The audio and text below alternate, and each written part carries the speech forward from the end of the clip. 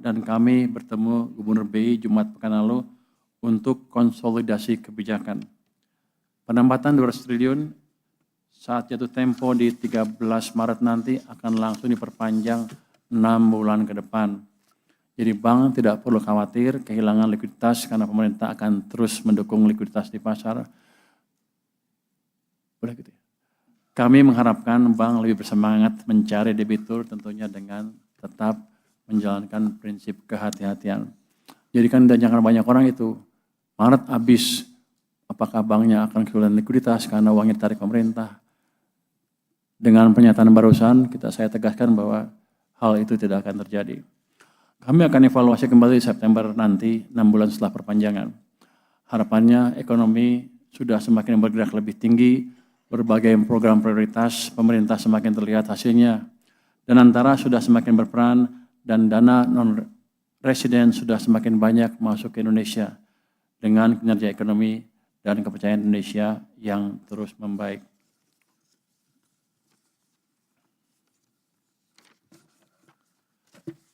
Teman-teman media sekalian, berikutnya. Aktivitas ekonomi dan optimisme masyarakat hingga awal tahun 2026 tetap terjaga positif. Manufaktur menunjukkan ekspansi selama 6 bulan berturut-turut. Ini mencerminkan kuatnya permintaan domestik. Dan PMI-nya 6 bulan berturut naik terus ya, lebih malah. Indeks penjualan retail juga terus menguat yang kiri bawah. Ini menandakan konsumsi rumah tangga tetap solid sebagai salah satu penopang utama pertumbuhan. Ini menggambarkan adanya betul-betul perbaikan di masyarakat. Ini bukan kata saya, bukan kata pemerintah, ini berdasarkan suatu indeks yang disurvei dari besaran-besaran yang ekonomi yang di masyarakat. Di sisi persepsi, keyakinan konsumen terhadap pemerintah juga berada di level yang amat tinggi.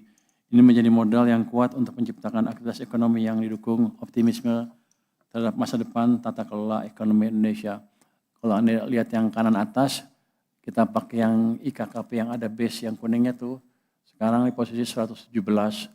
Itu artinya kepercayaan pemerintah berada di level yang tertinggi dalam beberapa tahun terakhir. Saya bilang level tertinggi sekarang. Jadi kepercayaan pemerintah tinggi, sehingga stabilitas sosial politik juga akan terus terjaga dalam beberapa bulan ke depan.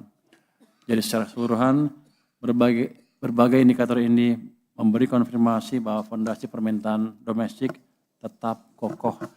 Ini memberi ruang yang kuat bagi ekonomi Indonesia untuk tumbuh terus secara berkelanjutan di tengah dinamika global.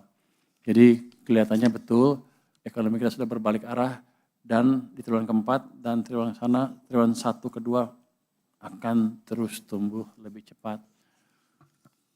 Pertumbuhan ekonomi 2025 akan dipertahankan momentumnya untuk pertumbuhan lebih tinggi lagi di tahun 2026. Proyeksi pertumbuhan Q1 2026 mencapai sekitar 5,5 sampai 6% dan full year 2026 kalau di APBN kan 5,4%, tapi kita akan dorong ke arah 6% juga. Pemerintah memastikan belanja negara optimal, realisasi belanja Q1 2026 ditargetkan mencapai 809 triliun rupiah. Percepatan progres MBG, pembayaran THR, ASN, TNI Polri, program penanganan bencana Sumatera, serta paket stimulus Q1 akan dilakukan. Saya harap itu akan atau dipastikan itu akan mendorong ekonomi di triwulan pertama tahun 2026 ini.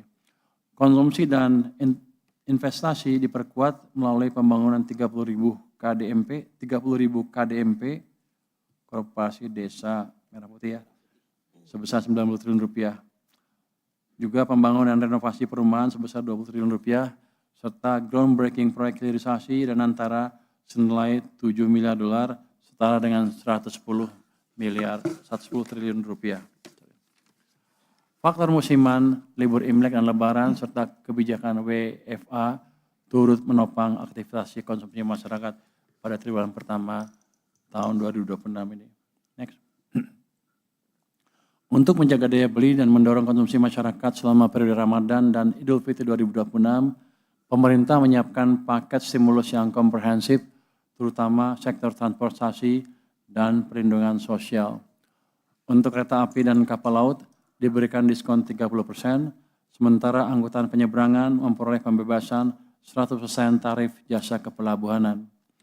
Tiket pesawat domestik kelas ekonomi mendapatkan penurunan harga sekitar 17-18% melalui PPN DTP 11%, pemotongan PJP 2U dan PJP 4U 50%, penurunan harga aftur 10%, penurunan fuel subcharge dan sebagainya.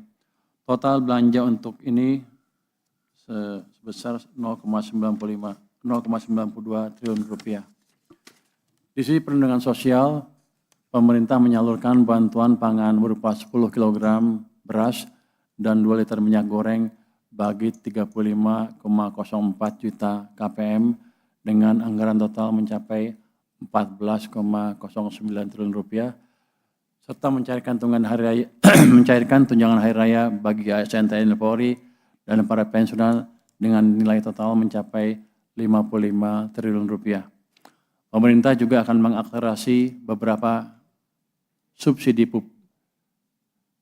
Pemerintah akan mengakselerasi belanja subsidi pupuk senilai 30 triliun rupiah, pembayaran kompensasi energi 27 triliun rupiah, serta rehabilitasi dan rekonstruksi pasca bencana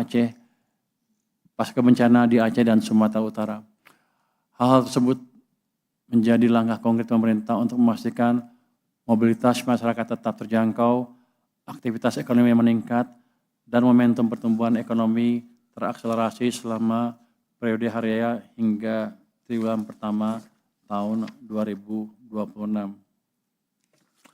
Ini semua dijalankan dengan tetap menerapkan prinsip kehati-hatian pengelolaan kebijakan fiskal. Dalam rangka mengakselerasi pertumbuhan ekonomi dan penciptaan lapangan kerja ke depan, pemerintah menjalankan program koperasi desa atau kelurahan merah putih atau KDMP. Melalui program ini, pemerintah mendorong desa sebagai pusat pertumbuhan baru dengan menjadikan dana desa tidak sekedar sebagai belanja rutin, melainkan sebagai instrumen investasi dengan capital expenditure yang produktif dan berkelanjutan.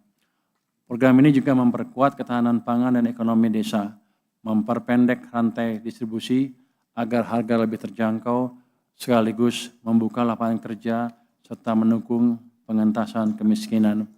Hingga tanggal 20 Februari telah terbentuk 30.000 KDMP dan 24.186 gerai dalam proses pembangunan.